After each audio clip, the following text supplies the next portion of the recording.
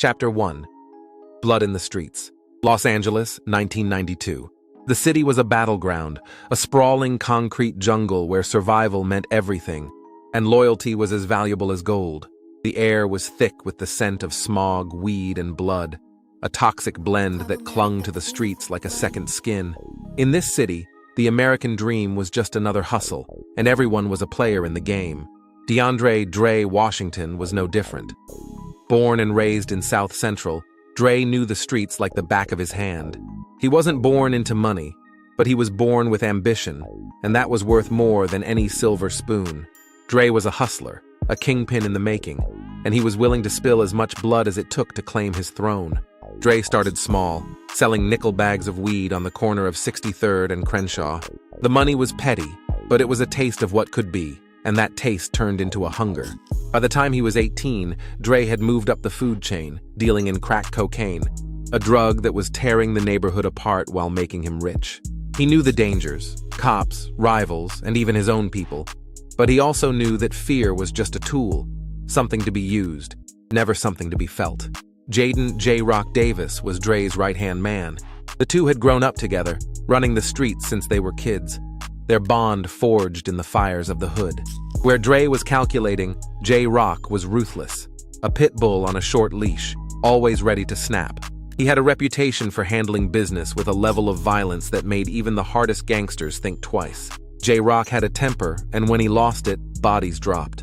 But he was loyal to Dre, and that loyalty was what made them unstoppable. Their rise to power wasn't smooth, it was bloody. The 90s were a time of gang wars, riots, and relentless police crackdowns.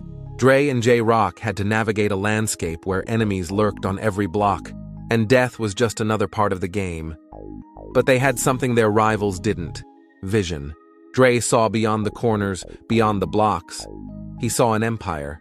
It started with a deal. A shipment of pure Colombian cocaine, straight off the boat, untouched by the middlemen who cut it to nothing. Dre's plug, Miguel "Mickey" Gutierrez, was a ruthless cartel operative with connections that ran from LA to Medellin. Mickey was all business, no bullshit, and he respected Dre's ambition. He offered Dre the deal of a lifetime, a chance to move weight like he'd never moved before, with the potential to turn the South Central streets into a gold mine. All Dre had to do was make sure the product flowed and the money rolled in. But with power comes enemies. Rico "Bone" Martinez was the head of a rival crew out of Compton, a savage with a thirst for blood and a desire to crush anyone who stood in his way. Bone had his eyes on Dre's territory, and he wasn't about to let some young upstart take what he thought was his. When word hit the streets that Dre was moving serious weight, Bone made his move. The first shot was fired on a hot August night. Dre and J-Rock were counting money in a trap house on 47th when the bullets came through the window, ripping through the drywall, spraying plaster and blood. J-Rock reacted first, pulling his Glock and firing back, his shots ringing out in the night. Mixing with the screams of their homeboys hit by the initial volley, Dre hit the floor, glass shattering above him, adrenaline pumping as he grabbed his .38 from the table. The smell of gunpowder filled the room, and the sound of automatic fire echoed outside. J-Rock kicked the door open, stepping into the chaos, his gun spitting fire as he let loose on the attackers. Bone's crew was out there, masked up, spraying the block with Uzis and AKs, their intentions clear. This was a hit, and Dre was the target. J-Rock didn't flinch, his shots precise, aiming to kill.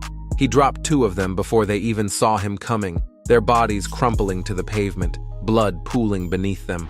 Dre followed, his heart pounding in his chest, his mind racing. This was the moment of truth, the moment that would define his future. He wasn't about to die in some shitty trap house, not when he was this close to greatness. He moved like a predator, his eyes scanning the darkness, his finger steady on the trigger. The streetlights flickered, casting long shadows as the firefight raged on. It ended as quickly as it started. Bone's crew fell back, retreating into the night, leaving behind a trail of blood and bodies.